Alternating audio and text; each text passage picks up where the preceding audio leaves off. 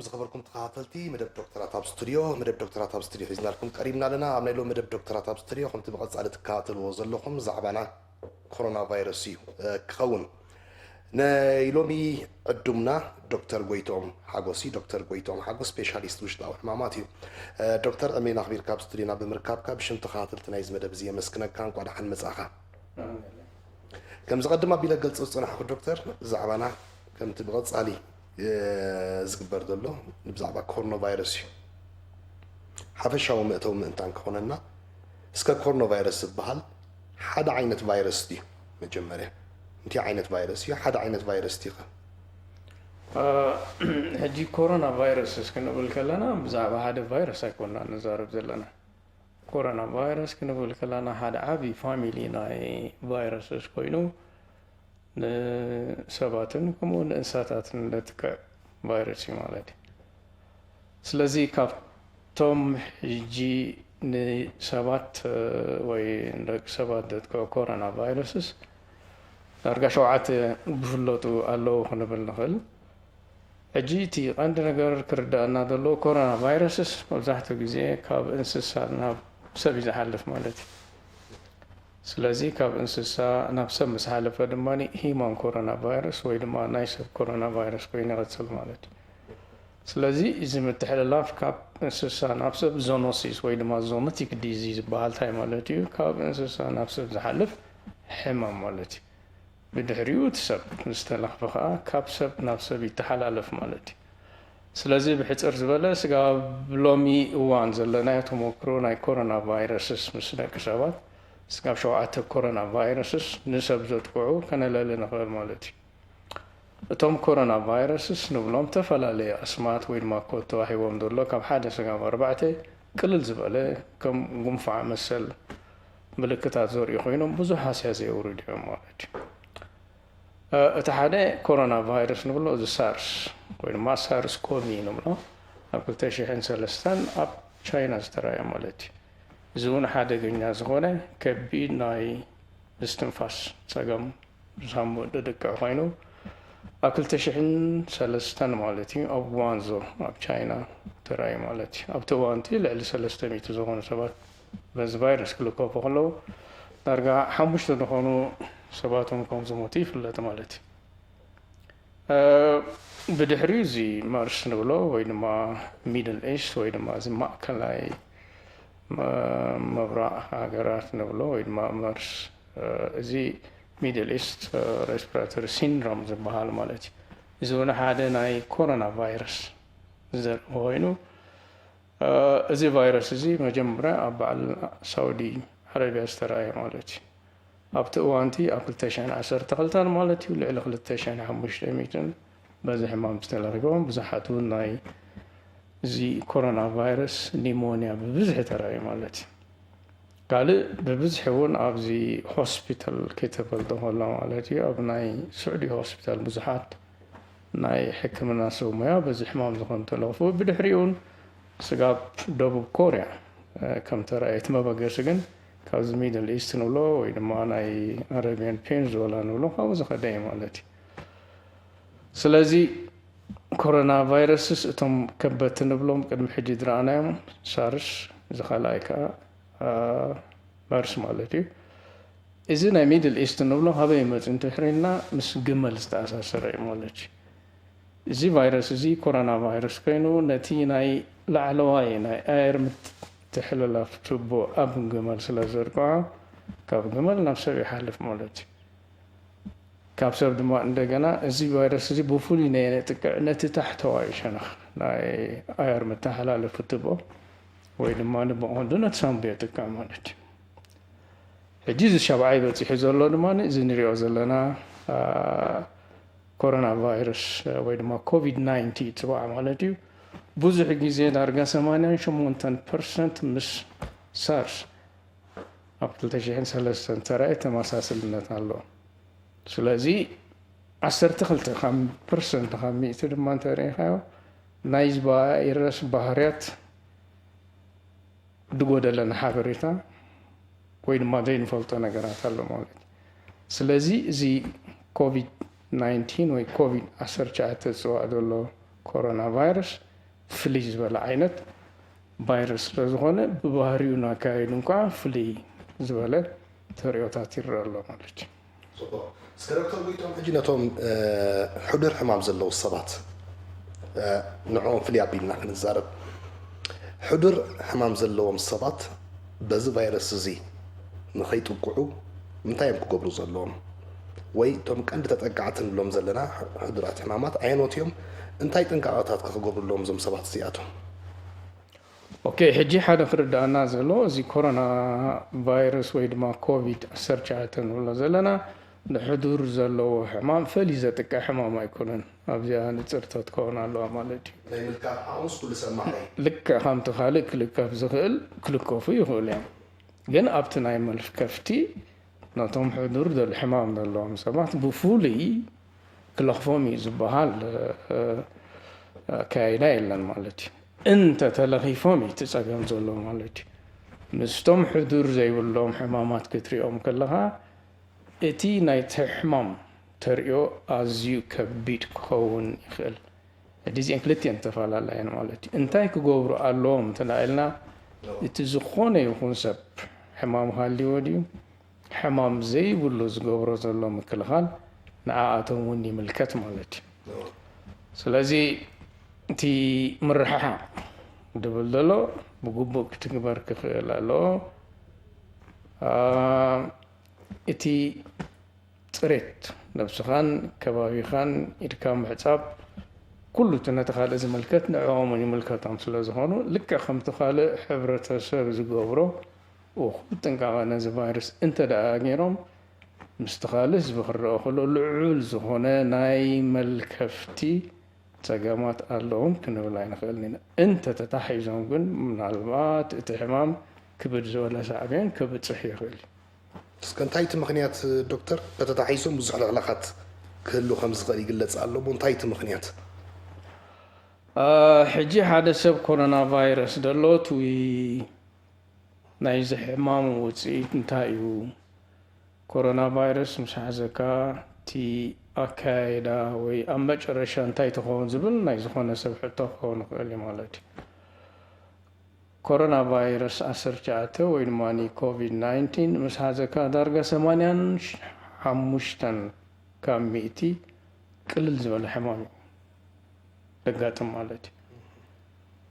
ረስኒ ክህሉ ይኽእል ቅርጥማት ክህሉ ይኽእል ጎረሮኻ መሸግረካ ወይ መውሓጡን ክኸልዓካ ይኽእል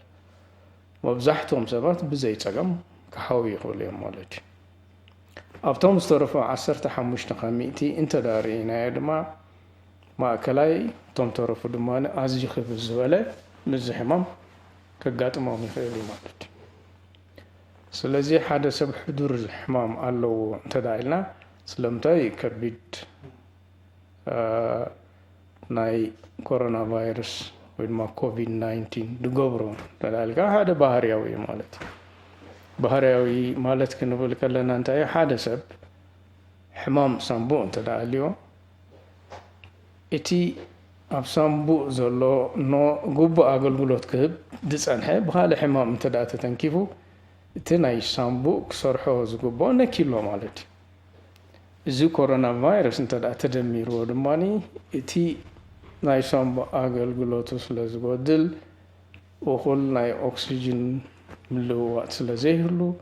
እቲ ሰብ ብቐሊሉ ሕፅረት ምስትንፋስ ከጋጥሞ ይኽእል ካልእ ፀገሞትን ምስ ተተሓሓዘ ክበፅሖ ይኽእል ማለት እዩ ደም ብዝሒ ኣለዎ ድሕሪ ኢልካ ብዙሕ ግዜ ደም ብዝሒ ንሓደ ነቲ መትንታት ናይ ደም ጥራሕ ኣይኮነን ዝትንክፍ ምስ መትንታት ናይ ደም ዝተኣሳሰረ ልቢ ክትንከፍ ይኽእል ኩሊት ዓይኒ ዋላ ሓንጎል እውን ክትንከፍ ይኽእል ማለት እዩ ስለዚ ነቲ ዝተተንከፈ ናይ ክፋል ኣካል ወይ ኦርጋን ንብሎ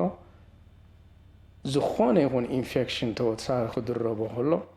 እዚ ሰብ እዚ ካብቶም ካልኦት ዘይብሎም ዝያዳ ተፀጋምን ወይ ከቢድ ሕማም ከብፅሖ ባህርያዊ ኣካይዳ እዩ ማለት ስለዚ ንኮሮና ቫይረስ ጥራሕ ደይኮነ ኣብ ዝኾነ ካልኦት ሕማማቱን ከምኡ ተሪኦ ኣሎ ማለት እዩ ካልእ ምዚ ዝተኣሳሰር ትዕዱር ሕማም ጥራሕ ደይኮነ ናይ ዕድመ እውን ክትዛረብ ትኽእል ኢኻ ማለት እዩ ስለምንታይ ሓደ ዕድሚኡ ዝተፍአ ሰብ ምስ ኮሮና ቫይረስ ክሕዞ ከሎ እቲ ሕማም ከቢድ ትኸውን እንተዳ ኢልና ልክዕ እዩ ወዲ 20 ዓመት ከለኻ ሕጂ እንዳጎያኻ ትድቦ ዝነበርካ ዓቐበት ወዲ 70-80 ምስ ኮንካ ከምኡ ዓቕሚ የብልካን ማለት እዩ እዚ እንታይ ማለት እዩ ካብቲ ዝነበርካ 60 ዓመት ንድሕሪት ተጠቒምካሉ ኣለኻ እቲ ሰብነትካ ማለት እዩ ስለዚ እቲ ዘለዎ ብቕዓት ምስቲ መጀመርያ 10 ዓመት ከለኻ ዝነበረ ብቕዓት ሓደ ኣይከውንን እዩ ማለት ኣብ ኩሉ እቲ ስራሓት ወይ ፋንክሽን ናይቲ ኦርጋን ንብሎ ካልኣይ ነገር እውን እቲ ናይ ሕማም ናይ ምፅዋር ኢሚዩኒቲ ንብሎ ምስ ዕድመ ዝጎድል እዩ ማለት እዩ እዚ ኩሉ ኣብ ግምት እቲኻ ኮሮና ቫይረስ ኢንፌክሽን ከም ካልኦት ኢንፌክሽን ክሕወሶ ከሎ እቲ ውፅኢት ናይቲ ሕማም ዝያዳ ከቢድ ይገብሮ ስለዚ ካብዚ ተመርኪዝና ኢና እቲ ካልኦ ዕድመን ካልእ ተወሳኺ ዝፀንሐ ሕዱር ሕማማት ነቲ ሕማም የጋድዶ ንብል ማለት እዩ ኣብ መንእስያት ከም ሞታ የጋጥም ማለት ዲ ዶክተር ፅቡቅ ሕቶ እዩ ብዙሕ ግዜ ክንዛረብ ከለና ኣብ ሕክምና ብዛዕባ ስታቲስቲክስ ኢና ንዛረብ 99 ካብ 100 ኣብዚኦም ሰባት እዚኦም ዝለዓለ ፀገም ነይሩ እንተዳ ኢልና እቶም ሓደ ካብ 100 ከዓ ነቶም ካልኦት ነዚ ዓይነት ሽግራት ወይ ፀገማት ዘይብሎም ሰባት የጋጥሞም ማለት እዩ ስለዚ ኣብ ንኣሽቱ ሞታ የጋጥምን ፀገማት የጋጥምን ኣይኮና ንብል ዘለና እቲ ዝለዓለ ሪስክ ናይ ምህላው ግን እዚኦም ፀገማት ዘለዎም ዕድመ ሓዊስካ ዝያዳ ተጠቃዕትን ተጎዳእትን ይገብሮም ኢና ንብል ዘለና እዚ ሞት እውን የጋጥም እዩ ኣብ መንእስያት ኣብ ዝኾነ ኣብ ንኣሽቱ ከጋጥም ይኽእል ማእከሎት ዕድመ ከጋጥም ይኽእል ኣብ ዓበይቲ ከጋጥም ይኽእል ኣብ ዝተፈላለዩ እዋን ዶክተር ጎይቶም ከምቲ እውን ብመራኸቢ ብዙሃንና ዝግለጽ ዘሎ እንታይ እዩ በፍንጫና ብዓይንና ኣፍና ክንሕዝ ከም ዘይብልና እቲ ቫይረስ ብኡ ከም ዝሓልፍ ብተደጋጋሚ ይግለጽ እዩ ንምንታይ ብቆርበትና ከዘይሓልፍ ብቆርበት ክሓልፍ ይኽእል ዲ ንምንታይ ከዘይሓልፍ ኣፍናን ኣፍንጫናን ዓይንናን ጥራሕ ክንጥንቀቕ ከም ዘለና ይንገረና ኣሎ እሞ እንታይ እቲ ምክንያት ናልባ ፅቡቅ ሕቶ እዩ ዝውን ሕጂ ኣንተ ወይ ዝበልኩ ከዓ ሳርስ ኮቪድ 2003 ተራእየ ዳሕራይ ድማ እዚ መርስ ወይ ድማ ናይ ሚድል ኢስት ኮሮና ቫይረስ ሲቪር ሬስፒራቶሪ ሲንድሮም ንብሎ ሕጂ ከዓ እዚ ኮቪድ 19 ወይ ኮቪድ 19 ንብሎ ማለት እዩ ሕጂ ከምታ ዓንተ ወይ ዝነበርኩኻ ኣብ ሓደ ነቲ ሕማም ደምፅእ ቫይረስ ድዩ ባክቴርያ ድዩ ሓደ ናብቲ ሰብነትካ ኣትዩ ሕማም ንክፈጥር ተዳ ኮይኑ ሓደ ሪሰፕተር ንብሎ ወይ ድማ ነቲ ባእታ ቦታ ዝፈርጠሉ ምቹእ ቦታ ዝፈጥረሉ ክህሉ ክኽእል ኣለዎ ማለት እዩ ሕጂ ኣብ ሳርስ ምዚ ኮቪድ 19 ንብሎ ዘለና ተመሳሳሊ ሪሰፕተር ኣለዎ ማለት እዩ እዚ አንጂዮቴንሲን 2 ንብሎ ማለት እዩ ኣብ መርስ እንተሪኸ እዚ ናይ ማእከላይ ምብራቕ ናይ ምስትንፋስ ፀጋም ካልእ ሪሰፕተር ኣለዎ ማለት እዩ ስለዚ እሱ ድማ pp4 ተባሃለ ዲፍረንት ፍልይ ዝበለ ሪሰፕተር ስለ ዘሎ እዚ ሪሰፕተር እንተዘይረኺቡ ሕማም ናይ ምፍጣር ተኽእሉ ይንክእ ማለት እዩ ሕጂ ገሊኦም እንስሳታት ኣለዉ እዚ ንብሎ ዘለና ባእታ ደይብሎም ማለት እዩ ኣብ ላቦራቶሪ ኤክስፐሪመንት ጌርካ ግን እዛ ዓይነት እዚ ባእታ እንተዳ ፈጢርካሎም ተጠቃዕቲ ክትገብሮም ትኽእል ኢኻ ማለት እዩ ሓደ ስለዚ ቆርበት ድማኒ እዚ ባእታ እዚ የብሉን ካልኣይ ነገር ድማኒ እዚ ቫይረስ እዚ ኢንቨዚቭ ንብሎ ወይ ድማ ከምዚ ኣጥቃዓ ዓይነት ጎዲኡ ዝኣቱ ዓይነት ቫይረስ ኣይኮነን ብሰላሕታ ብለመምታ ድኸይድ ኣብቲ ሚከዝ መምብሬን ንብሎ ኣፍንጫና ዓይና ኣፍና ብቐሊሉ ክኣቱ ስለ ዝኽእል እዚ እቲ ምቹእ መንገዲ መተሓላለፊ ናይዚ ቫይረስ ስለ ዝኾነ ብከምዚ ተሓላለፍ ማለት እዩ እስካጅ ምናልባት ዶክተር ምልክታት ተረጋጋሚ ንገልጾም ኢና ዝተፈላለዩ እዋን ከም ረስኒ ሰዓል ምህንጣስን ካልእን ዝኣመሰሉ ምልክታት ከም ዘለዎ ንገልጽ እዚ ቫይረስ ምናልባት ኣብ ዝተፈላለዩ እዋናት እውን ድሒሩ ዝመጽ ሓበሬታ እንተያሉ ምልክት ዘርእዩ ሰባት እውን ኣለዉ ኢሉ ሓበሬታ እውን መጺኡ ተረጋጊጹ ምልክት ዘርእዩ ሰባት ከም ዘለዉ ሓደ ምልክት ዘለዎ ሰብ ስዒለ ይህንጥሸው ኢለ ክሕልፍ ክእል እቲ ምልክት ዘይብሉ ሰብ ክሕልፍ ከም ዝኽእል ይንገር እሞ ብኸመይ ዳ ድሕልፍ ከቲ ምልክት ደይብሉ ዳ እሞ እንተ ዳ ረስኒ ደይብሉ እንተ ዳ ሰዓል ደይብሉ ኩሉ ነገር ደይብሉ ኮይኑ ሲ ብኸመይ ድሕልፋ እዚ ኮሮና ቫይረስ ወይ ኮቪድ-19 እንተዳሪእናዮም ክልተ ክፋል ናይቲ በዚ ሕማም ዝተጣቅዑ ሰባት ኣለዎ ማለት እዩ። እቲ ሓደ እቶም ሓደ ሲምፕቶማቲክ ነው ወይ ድማ ምልክት ናይቲ ሕማም ዘርእዩ ማለት እዩ። እቶም ሓደ ከዓ አሲምፕቶማቲክ ወይ ድማ እቲ ሕማም ሃልዮም እንዳሃለዎም ወይ እቲ ቫይረስ ኣብ ውሽጦም እንዳሃለወ እቲ ሕማም ደየርእዩ ወይ ዶንግዮም ደርእዩ ማለት እዩ። ስለዚ መብዛሕትኦም በዚ ኮሮና ቫይረስ ተጠቅዑ እንተዳሪኻዮም ዳርጋ ብማእከላይ ገምጋም ኣብ 5-6 መዓልቲ ነቲ ሕማም የርእዮም። እቶም ዝተረፉ ድማ ክሳብ 11 መዓልቲ 12 መዓልቲ ዘሎ ዳርጋ 98 ካብቶም ተለኽፉ ሕማማት ነቲ ሕማም የርእዎም ማለት እዩ። ስለዚ ብዙሕ ግዜ ኳራንቲን ክንገብሮም ከለና ካብዚ ዘለና ሓበሬታ ተመርኪዝካ ክስታይ ትገብር ማለት እዩ። ካልእቲ ሓንቲ ሕማም እንዳሃለዎም በቲ ቫይረስ ተለኺፎም ከለዉ ተዘይስዒሎም ከመይ ገይሮም የሕልፍዎ ዝብል ሕቶ እዩ ማለት እዩ። ሕጂ እቲ ቫይረስ ኣበይ ዝርከብ ኣብቲ ናህና ሴክሬሽን ወይ ድማ እቲ ድሮፕለት ኢንፌክሽን ንብሎ ማለት እዩ። ሓደ ሰብ ኮሮና ቫይረስ እንተደኣልይዎ ኮይኑ ዋላ ምልክት ኣየሃልዎ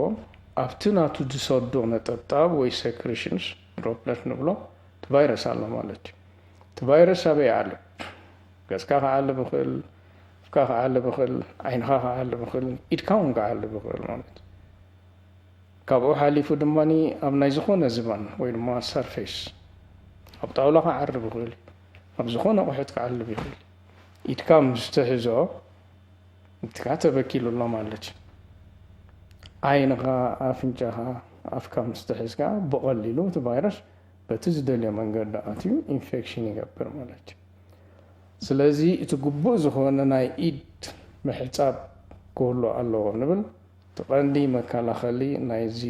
ሕማም ሓደ እዚ ስለ ዝኾነ ማለት እዩ። ስለዚ ሓደ ሰብ ክዛረብ ከሎ ትፍጣፉ ክነጥር ክእል እዩ። እዚ ተቐንዲ ናይ ግድን ክስዕል ኣለዎ ማለት ኣይኮነን ግድን ኣይኮነን ብዝተፈላለየ መንገዲ ሴክሬሽን ወይ ካብኡ ዝወፅእ ፈሳሲ መንፅር ንፋት ድዩ ብመንፅር ጥፍጣፍ ድዩ ብዝኾነ ድወፅ ሴክሬሽን ንዓኻ ድዩ ነቲ ከባቢኻ ድዩ ድሕሪ በኪልዎ ሓደ ተጠቃዒ ወይ ድማ ኣንጋዲ ሰሰፕቲብል ሆስት ንብሎ እንተዳረኺብ በቲ ቫይረስ ብቐሊሉ ይጥቃዕ ማለት እዩ። እዚ ሓደ እዩ። ሕጂ ምስቶም ምልክት ዘለዎም ድስዕሉ እንተሪእኻዮም እንታይ ድፈላለዩ እንተኢልካ እቶም ድስዕሉ ሰባት ነቲ ቫይረስ ናይ ምዝራው ብብዝሒ ናይ ምትሕልላፍ ዝለዓለ ኮይና ንረኽቦ ማለት እዩ። ሓደ ሰብ ደይስዕል እንተደኣ ኮይኑ የሕልፎ ነቲ ቫይረስ ግን ምስቶም ድስዕሉ ክወዳደር ከሎ ድዋሓደ እዩ ማለት እዩ።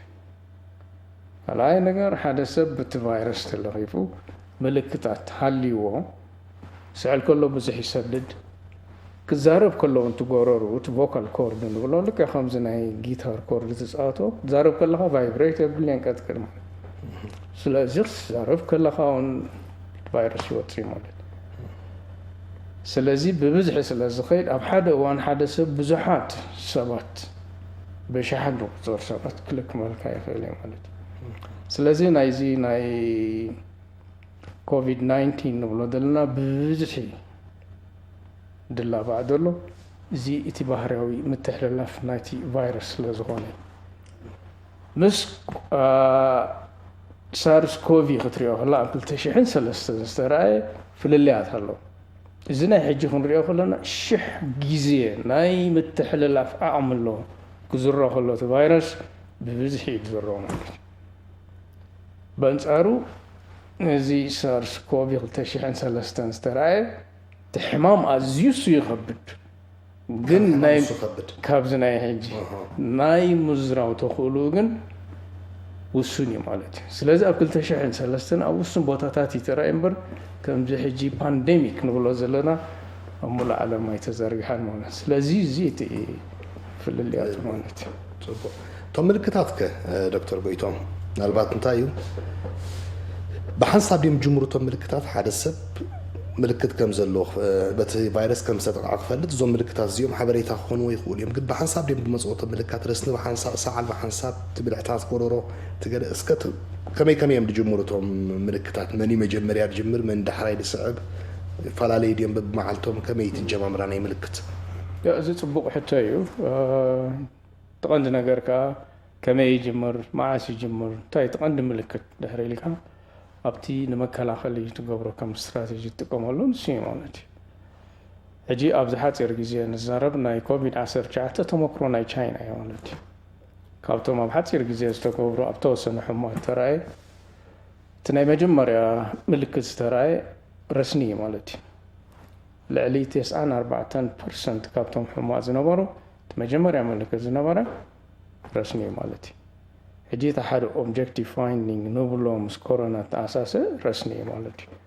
ካብቶም ተረኣዩ ሕማት ድማ 63 ካብ ሚእቲ ድማ ናይ ምስዓል ወይ ዕንጢሸው ናይ ምባል ምልክት ነይሮም ማለት እዩ እቶም ካልኦት በብደረጅኡ ድኻም ቅርጥማት ሕማም ርእሲ ፀረርታ ናይ ኣፍንጫ ዝተፈላለየ ክስታይ ነይሩ ኣብ ውሕዳት ሕሙማት ድማ ግዝያዊ ዝኾነ ናይ ውፅኣት ምልክት ነይሩ ማለት እዩ ስለዚ እቲ ቀንዲ ምልክታት ናይዚ ቫይረስ ድለ ረስኒ ልዕሊ 94% ካብቶም ተረኣዩ ሕሙማት ቀንዲ መምፅኢ ረስኒ ነይሩ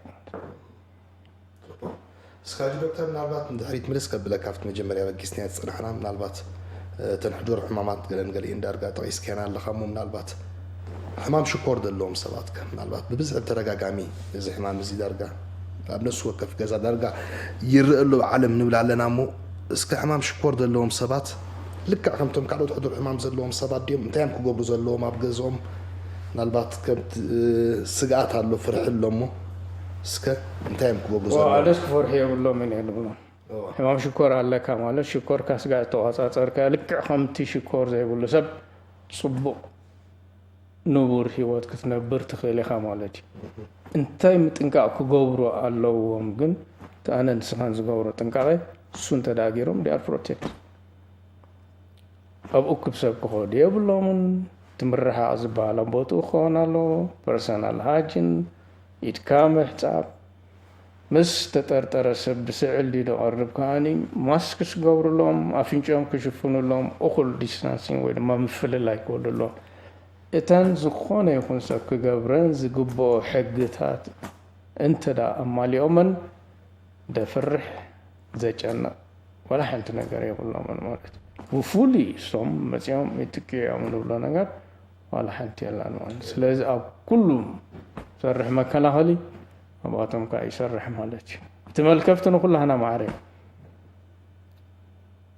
ኣብ ምንታይ ይፈላለ ግን ኣነ ከመይ ገይረ ተግብርቲ ተዋሃበኒ ንስኻ ከመይ ጌርካ ተግብርቲ ተዋሃበካ መምርሕን ትእዛዝን ከመይ ጌርካ ነፍስኻ ተቆፃፂርካ ብዲሲፕሊን ዝኾነ ትኸይድ እሱ ይወሳን ልዑል ዲሲፕሊን ፅቡቕ ኣፍልጦ ተፈለጥካ ኢኻ ብግቡእ ምትግባር እቲ ቀንዲ ውሕሉል ዝኾነ ምክልኻል ናይዚ ሕማም እዩ ማለት እዩ ፅቡቅ እስካጂ ዶክተር ብዙሓት ሰባት በዚ ቫይረስ ዝተጠቂዖም ድሓወዩ ሰባት እውን ኣለዉ ኢልና ብዝተፈላለዩ ዜናታት ንከታተሉ ኣለና ብናይ ናይ ሕክምና ፕሮቶኮል እዮም ሓዊዮም ዝበሃሉ ሕጂ ሓደ ሰብ ሙሉእ ካብቲ ቫይረስ ነፃ ስለዝኾነ ድዩ ወይስ ናይ ምትሕልላፍ ዓቕሙ ውሑድ ስለዝኾነ እዩ ካብ ሕክምና ሓዊኻ ኣለካ ኪድ ገዝኻ ኢልካ ትሰዶ ብናይ ናይ ሕክምና ፕሮቶኮል ኢኹም ትሰዶ ሓዊኻ ክትብሎ ከለካ ካብዚ ኮቪድ-19 እንታይ ትምዐቀኒ እዩ እዚ ፅቡቅ ሕቶ እዩ እዚ ትምዐቀኒ እቲ ሕማም ኣምፅኦ ዘሎ እቲ ኮቪድ-19 ቫይረስ እዩ 100% እቲ ቫይረስ እንተዳ ካብ ሰብነቱ ፀርዩ ሓዊ ወይ ድማ ኪርድ ንብል ማለት እዩ ሓደ ሰብ ኪርድ ክትብሎ እንተዳ ኮንካ ግን 100% ቫይራል ክሊራንስ ቫይረስ ክወፅእ ኣለዎ ማለት እዩ ስለዚ ከመይ ጌርካ ትረጋግፆ እንተዳ ጌርካ ኣብቲ መጀመርያ ትገብሮ ምርመራታት ፖዚቲቭ ስለዝነበረ ትሕክሞ ኣለኻ ብድሕሪኡ ምልክታት ሓዊ ምስ በልካ እውን እቲ ምርመራ ይድገም ማለት እዩ እቲ ውፅኢት ኔጌቲቭ ምስ መፀ መሊሽካ ድማ ድሕሪ 4 መዓልቲ ተወሓደ ብውሕዱ ብተኸታታሊ ኣብ 4 መዓልቲ ፍልሊ ቫይረስ ከምዘየለ እንተዳ ኣረጋጊፅካ ቫይረስ ክሊራንስ 100% እዩ ሓዊልካ ክትወፅኦ ትኽእል ኢኻ ማለት ቫይረስ ጋር ደይፀረየ ግን ሓዊ ክትብል ኣይትኽእልን ስለዚ ትመርምዘሎ ፅቡቅ እስካ ሕጂ ሓዊዮም ዘለዉ ሰባት ትምፃእ ዝሓወዩ ሰባት ናይ ምክልኻል ዓቕሚ ናይዚ ቫይረስ ዝኣጥርዮም ከዓ ንብል ኢና ኢሚን ኮይኖም ንብል እሞ እስከ እዚ ናይ ምክልኻል ዘጥረዩ ሰባት ንምንታይ ካልኣይ ግዜ ከም ዝተሓዙ ኣብ ቻይና ናብ ካልእ ዝተኻየዱ መፅናዕትታት ሓቢሮም ነይሮም ካልኣይ ግዜ ናይ ምትሓዝ ተኽእሎ ኣሎ ገሊኦም ከዓ ካልኣይ ግዜ ናይ ምትሓዝ ተኽእሎካ ውሕድ እዩ ይብሉ እሞ እስከ ንክልቲአን ዶክተር ፈሊኻ ሓንሳ ምስ ተተሓዝካ ዳሕራይ ክትተሓዝ ትኽእል ዲኻ ንምንታይ ትተሓዝከ ድሕር ኢሚን ኮይንካ ኣለኻ ናይ ምክልኻል ዓቕሚ ኣስሪፅካ ኣለኻ ኮንካ ኣይተሓዝን ድሕር ኮይኑ ከዓ ንምንታይ ኣይትተሓዝን ያ እዚ ካልኣይ ኣይተሓዝን እዩ ዝበሃል ነገር የለን ኣብ ኮሮና ቫይረስ ስጋ ሕጂ በዚ ንፈልጦ ሓበሬታ ላይፍ ሎንግ ኢሚኒቲ ዝበሃል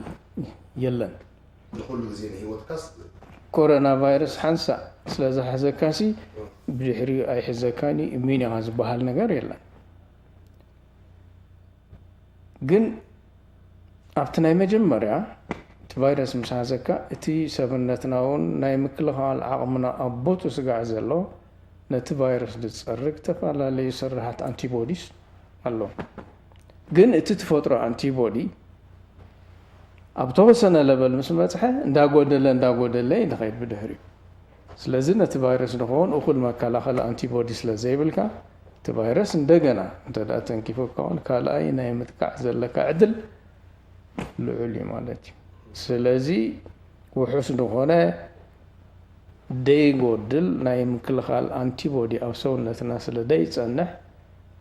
ካልኣይ ናይ ኮቪድ-19 ኢንፌክሽን ንኽሕዘና ዘለዎ ተኽእሎ ልዑል እዩ ማለት እዩ ስለዚ ብሓፂሩ ሓንሳብ ምስ ተተሓዝካ ላይፍ ሎንግ ውሑስ ዝኾነ ኢሚኒቲ ዝበሃል ኣብ ኮቪድ ስጋ ሕጂ የለን ኣረ ዶክተር ምናልባት ንተኸታተልትና እውን ዕድል ናይ ቴሌፎን ክንቦም ምእንታን ጎኒ እቲ ንገብሮ ዘለና ዕላል ተኸታተልትና እውን ብሉምዳት ቁፅሪ ቴሌፎንና 122454 122474 ክደግመልኩም እየ 122454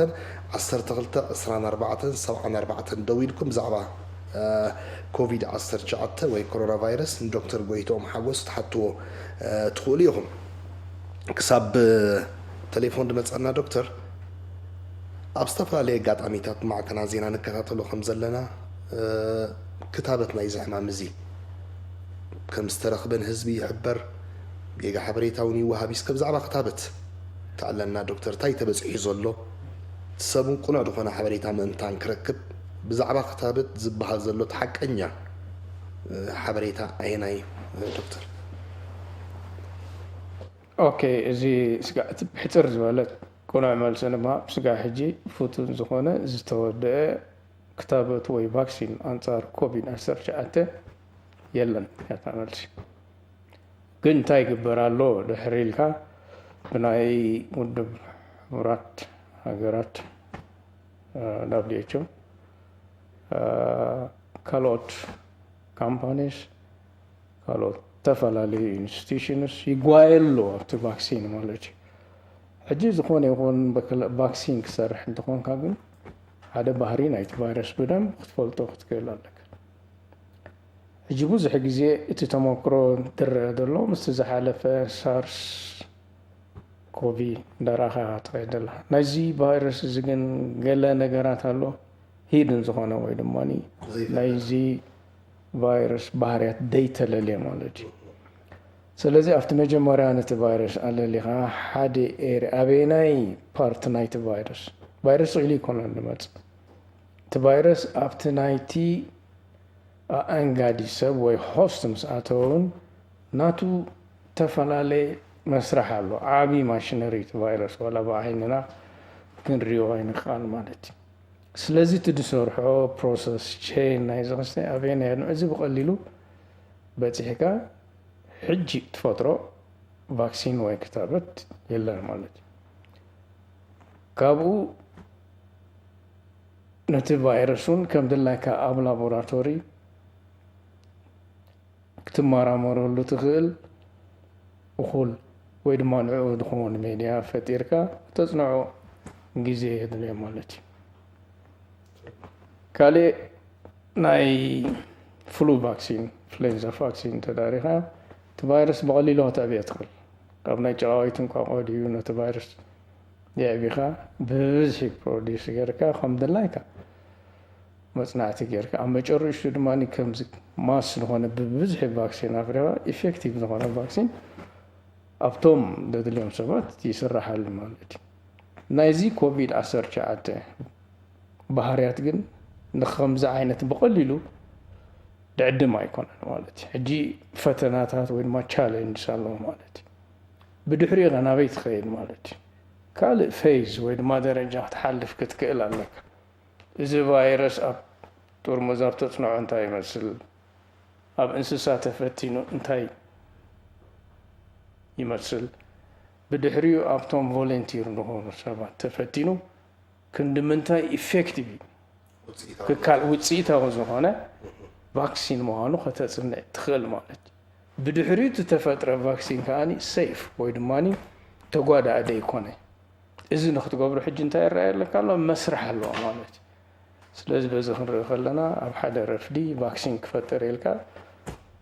ደይከውን ነገር እዩ ምናልባት ብናተይ ገመት ሓደ ዓመት ካብኡ ንላዕሊ ከድልዮ ይኽእል ይኸውን ቴሌፎን ኣለትና ዶክተር ቴሌፎን ክንከታተል ሃሎ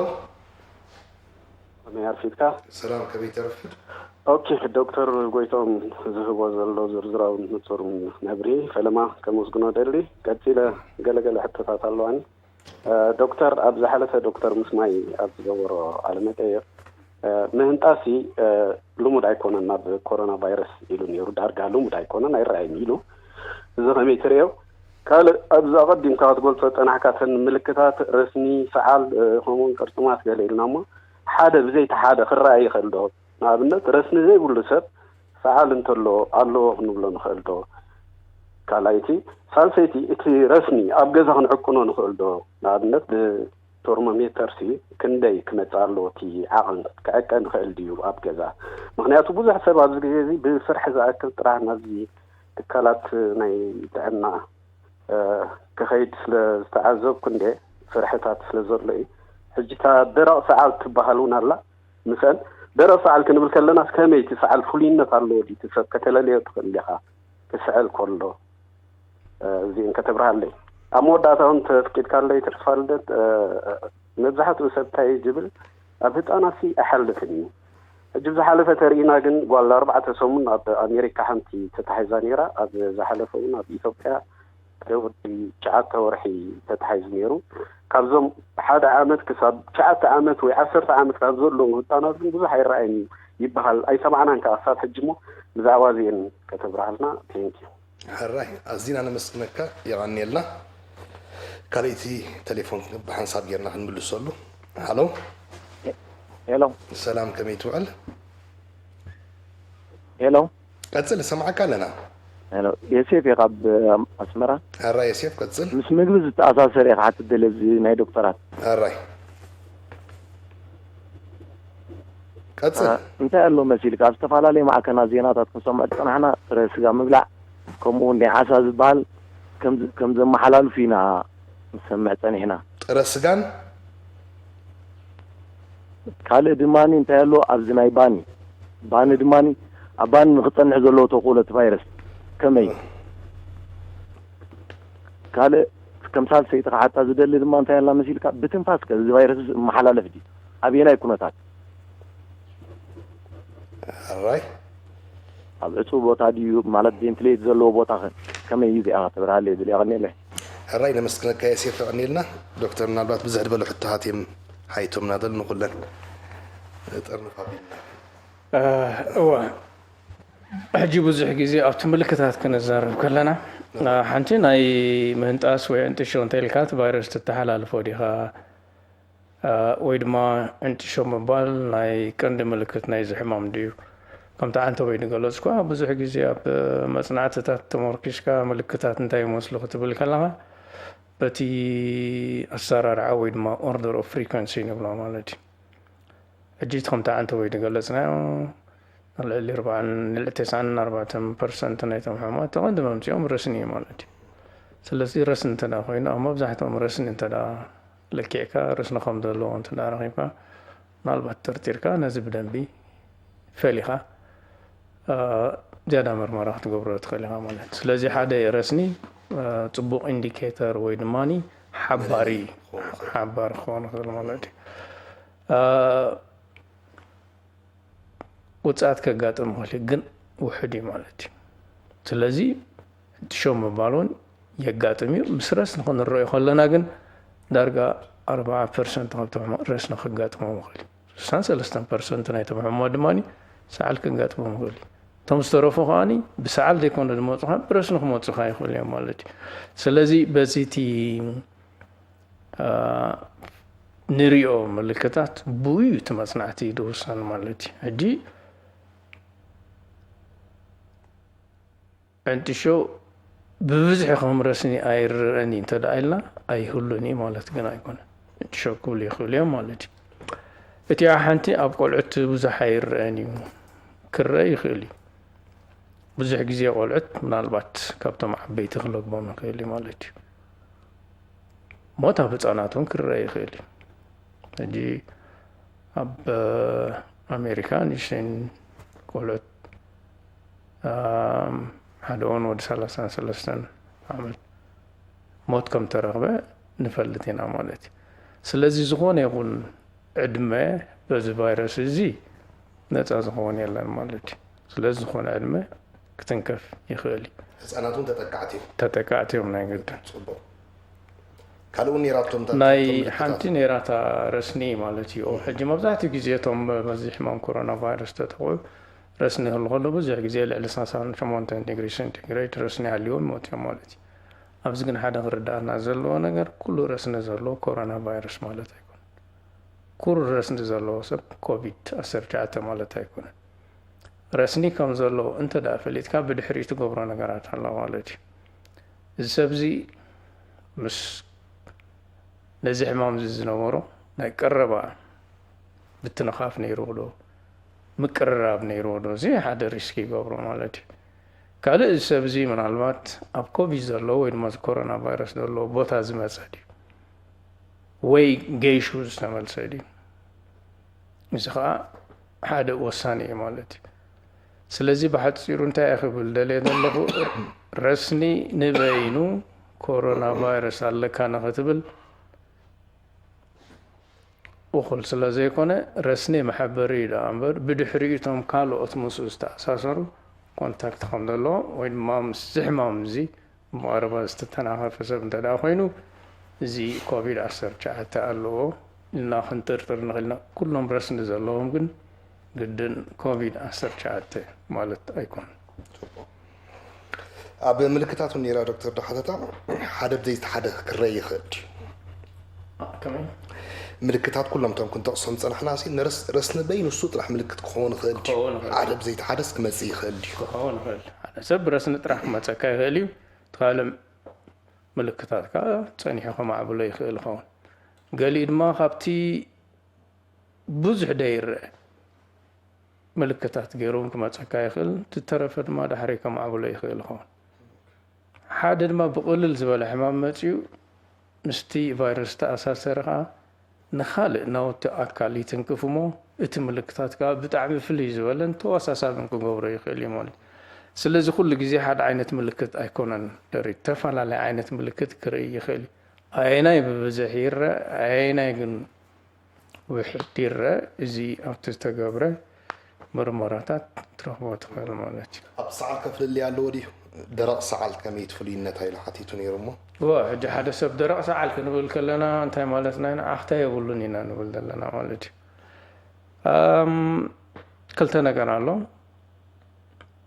حد سبت دقاقام حزب الإسلام تاي تدائرنا أتقرر رخا خحر كله مالتي قرر رخا خحر كله دمس خاون غيره مالتي أجيت دقاقام حوت بالمالتي سلازي تي قرر رخا خحر كله تي ناي دمسي ده بوكس ويد ما فوكال كورد نبلا ستدقاقامي يريتاي سلاز قبرك سلات سألتها هون قد سأل نتباير تصد لها مالتي ناي تحتواي كفال نايتي اير متحلال فتبو انت تاتنكيفون بزح فساسي كل يخل نتفساسي نخوبتو دما حدا سمتا يخقبر دلو كسعلت راح يدلو كسعل كل خان نتعختا حدا من قدي موتي الله مالتي سلازي الدراء ساعال كنبل كلنا اختا يقولون مالتي اختان تخوينها اختار نبل مالتي درق ساعال سلازخونا قن نتحمام ما يحلفن مالتها يكون اتوم زلع على نتحمام زحلفوها اينوتيم اتوم لعلوا كفلنا يتقور رزتن كوفمو درق ساعال حوز بلو نتحمام بزح يزرو مالتي ناي كلا يدوالو من نيران نالبات ترسقا مسباني غير مسمى قاقبها هو حجو بزح جزيت ناي كندم التحلال ناي تكوبين عسر جاعته باتي لمدرا أنا أي مالتي بمجب خميلي حالف انت ركاجن اتي نبور تريتو استحلوا أكايدا مجب انت دا تتقيمنا إزي نات كورونا فيروس نبور ما تحلال في أيكون كنكم تغال عينت لتبكى لما بنت تبيل كان بيد غير تتنكفونا بيد كاين مات يتكونا يعرفني قال أنا قرك تنكفي سلازي كم public health problem بتي ناي كابسب نابسب زحلفو زلو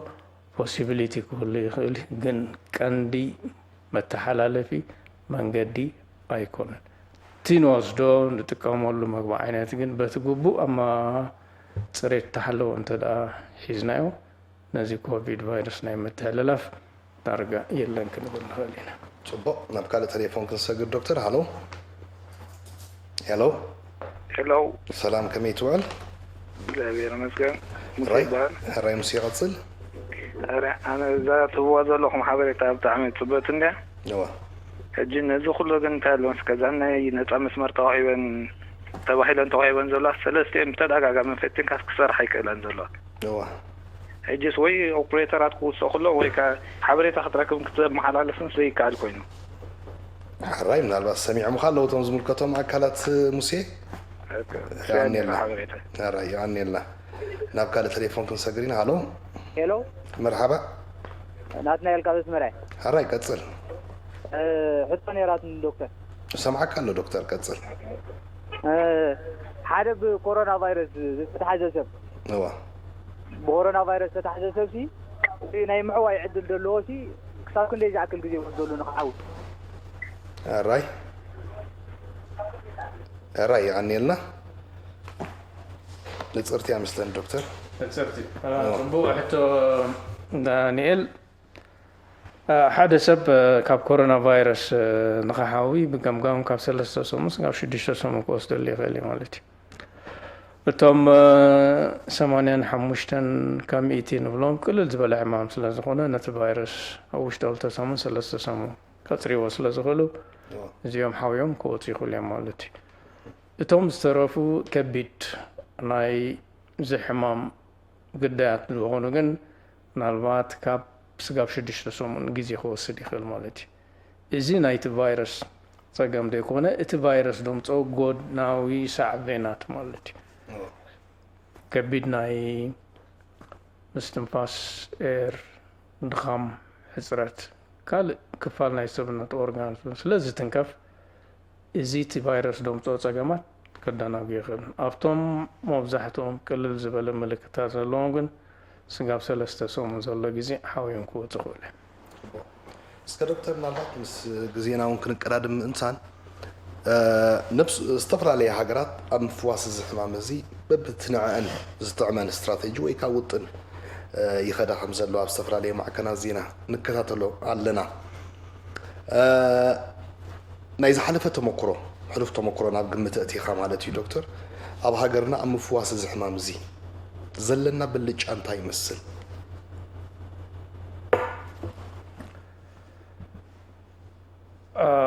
حنتي كردانا زلوا واحجي ناتي حمام كن مكتو وين ما كان قاطع صورون تلاقينا قب حابري سامركاب يدل مالتي بزي حمام كورونا فيروس كوفيد 19 جاءت دم أخل أفلتو خلونا يقبعنا مالتي سلازي تقعد نقر كنقبرو زلنا حزبنا كنمهرو كان ردو يقبعنا مالتي تبليج أنا أنت دايلكا نزبي إرترا بقليل زردو أتكبر الكا إذا تكبر حزب سلازغوني فلتاتن ممبرحن حبريتان تراحي زليو زيت عبي بليج أنا هنا زيلي دريو أنا مالتي قال انت دا ريخه تهزبغا بتوفطرو ባህሊ ወይ ካልቸር ኣለዎ እዚ ኸ ዝዓበየ ጎኖ ማለት መፂ ብዛዕባ ጥዕኑ ዝግደስ ሕብረተሰብ ስለ ዝኾነ በቲ ግቡእ እንተ ዳ ሓበሬታ ሂብካዮ በቲ ግቡእ እንተ ዳ ኣሊኻዮ ነዚ ናይ ኮቪድ ንሪኦ ዘለና ክንቆፃፀሮ እዞም ከም ዓብዪ ብልጫ ክንጥቀመሉ ይግባአና ማለት እዩ እቲ ካልእ እቲ መሰረታዊ ዝኾነ ክንክን ጥዕናዊ ኢና ንዛረብ ዘለና ሕጂ ኮቪድ 19 ክንቆፃፀር ኢና ክንብል ከለና በይን ኢኻ ትቆፃፀሮ ብዙሕ ሪሶርስ ስለ ዘለካ ብዙሕ ንዋት ስለ ዘለካ ብዙሕ ፀጋ ስለ ዘለካ እሱ ይኮነን ሕጂ እቲ ስትራቴጂ ልክዒ ነቲ ዝሓመመ ሰብ እቲ ዝግባእ ሕክምና ክትገብር ክትክእል እቲ ዘሎ ናይ ትካላት ጥዕና ትጥቀመሉ ይግባእ ማለት እዩ ግን ነዚ ሕማም እዚ ክትቆፃፀሮ እንትኾንካ ትግቡእ ስትራቴጂ እንታይ እዩ እቲ መሰረታዊ ወይ ድማ እቲ ፐብሊክ ሄልት ሰርቪስ ንብሎ ወይ ድማ እቲ መሰረታዊ ክንክን ጥዕና ኣብ ቦትኡ ክኸውን ክኽእል ኣሎ እዚ እንተኮይኑ ዝሰርሕ ወይ ድማ ፋንክሽናል ዝኾነ ሄልት ሲስተም ኣለካ ማለት እዩ ስለዚ ኣነ እዚ ዘለና ንጥቀመሉ ፀናሕና መሰረታዊ ክንክን ጥዕና ክሰርሕ ፀኒሕ እዩ ካብቲ ዘለዎ ክድንፍዕ ይግብኦ እቲ ህዝቢ እውን ከተግብረልካ ዝኽእል ዝሰምዕ ህዝቢ ስለ ዝኾነ ዝዓብዪ ብልጫ ኣለና ማለት እዩ ካልእ እቲ ኣብ መዳይ ሕክምና ዝነበረ ንጥፈታት ተሓለፈ ኤርትራ ኣብ ተፈላለየ ናይ ትማል ሓላለፍቲ ሕማማት ፅቡቅ ሾታ መዝጊባ እያ ማለት እንታይ እቲ ሚስጥር ድሕሪ ኢልካ ግን ብዙሕ ሪሶርስ ስለ ዘለካ ኣይኮነን ህዝቢ ተረዲኡ እቲ ዝበልካዮ ዝትግብር ስለ ዝኾነ ውፉይ ዝኾነ ነቲ ህዝቡ እንዳሓሊ ሞያዊ ጥዕና እውን ስለ ዘሎ ካልእ እውን ኣብ ጥዕና ክትመፅእ ከለካ ናይ ሚኒስትሪ ጥዕና ቢዝነስ ጥራሕ ኣይኮነ ናይ ኩሉ ሕብረተሰብ ብተጋዳስነት ስለ እዚ ከዓ ዓብዪ ዕድል ኣለና ማለት እዩ ኣብ ካልእ ተመሓላለፍቲ ጥዕና እንተሪእኻዮ ሚኒስትሪ ኦፍ ሄልስ በቲ ዝግብኦ ፖሊሲ መምርሒ ጋይዳንስ ኩለን ላይን ሚኒስትሪ ግን ኣብ ጎኑ ኣለዋ ማለት እዩ ምምሕዳር ኣካላት ኣብ ጎኑ ኣለዎ እቲ ፓብሊክ እቲ ህዝቢ ኣሎ እቲ ሰብዓ ኣካል ህዝቢ ኣሶሲሽንስ ውመንስ ኣሶሲሽን ናይ መንእሰያት ሕጂ ብዚ ናይ ኮቪድ ኣብዘን ሆስፒታል ዝሰርሕዎ ዘሎ ብጣዕሚ ደስ ዝብልን ዘደንቕን ስራሕ ዝሰርሑ ኣለዎ ማለት እዩ ኣብቲ ምክልኻል ኣብቲ ኢንፌክሽን ፕሪቨንሽን ንብሎ ማለት እዚ እቲ ዓብዪ ፀጋ ከነልዕልዮ ዝግባአና ዝያዳ ክንሰርሓሉ ዘለና ነዚ ሕማም ክንቆፃፀር ምክንያቱ ካልእ ምርጫ እውን የብልና ነቲ ሕማም ድሕሪ ክንቆፃፀሩ ንኽእል ኮይና ስለዚ እቲ ዘለና ፀጋታት ኣለሊና ብግቡእ እንተ ደኣ ሰሪሕናሉ ነዚ ሕማም ክንቆፃፀሮ ንኽእል ብዙሕ ዕድላት ኣለና እየ ዝብል ካልእ ተራእሲን ኩለን ላይን ሚኒስትሪ ሰይ ዜና ዝግበር ጉስጓስ ብዜና ዝግበር እዋናዊ ሓበሬታ በቲ ዜና እውን ዝቐርብ ሩጡብ ኩኑዕ ሓበሬታ እዚ እውን ኣብቲ ስታይ ክንገብሮ ሓጋዚ እዩ ማለት እዩ ስለዚ ምስ ከምዚ እንተ ደኣ ሰሪሕናሉ ነቲ ሕማም ክንቆፃፀሮ ዘለና ዕድል ገፊሕ ክገብሮ ይኽእል እዩ ስነ ጥበበኛታት ንገብሮ ብድራማ ድዩ ብኮሜዲ ድዩ እዚ ሓደ ሰዓት 2 ሰዓት ብዛዕባ ዝሕማም እንታይ ይመስል ምልክታቱ እንታይ ክትገብር ኣለካ ኣብ ምክልኻል ኣብ 20 ደቂቕ መሃሪ ብዝኾነ ነቕርቦ እዞን ዓብዪ ፀጋ እዩ ማለት እዩ እዚ እውን ኣብቲ ምክልኻልን ምቁፅፃር እንተ ዳ ተቐይምናሉ ብብዙሕ ክስታይ ክጠቕመና ይኽእል እዩ ማለት እዩ ስለዚ እዚ ኩሉ ዘለና ፀጋታት እውን ኣብ ግምት የእቲና ነቲ ሕማም ክንከላኸሎ ንኽእል ኢና ማለት እዩ ካልእቲ ሓደ ሕሙም እንተ ዳ ሃልዩ ነቲ ሕሙም ፈሊኻ እቲ ብድሕሪኡ ዝግበር ነቶም ምስቲ ሕሙም ተናኻፉ ወይ ድማኒ ኳራንቲን ንብሎ እዮም እዚ ተዓቢሮሉ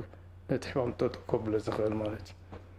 ነዚኦም ብግቡእ እንተ ዳ ለሊናዮም ብግቡእ እንተ ዳ ፈሊናዮም ነቲ ሕማም ከማዕበሉኹም ብእዋኑ ፈሊኻ እቲ ዝግቡእ ሕክምና እንተ ዳ ገርናሎም እቲ ሕማም ናብቲ ካልእ ሕብረተሰብ ከይተላብአ ከሎ ክንቆፃፀሮ ዘለና ዓድል እውን ፅቡቕ እዩ ማለት እዩ ስለዚ እቲ ዘለና ብልጫታት እንተ ዳ ለሊና ኣማዕቢልናዮ እውን ኣብቲ ሕማም ቀሊል ዘይኮነ ስምብራት ክፈጥር ይኽእል ይብል ፅቡቕ ዶክተር ልካ ከምቲ ዝበልካየ ሃብቲ ስለ ዘለካ ኣይኮነን ሃብታማት ሃገራት እየን ክወድቃ ብብዝሒ ክልከፋን ዜጋታትን ክሞትዎን ንሪኦ ዘለና ስለዚ ኣብዚ ሕጂ እቲ ናይ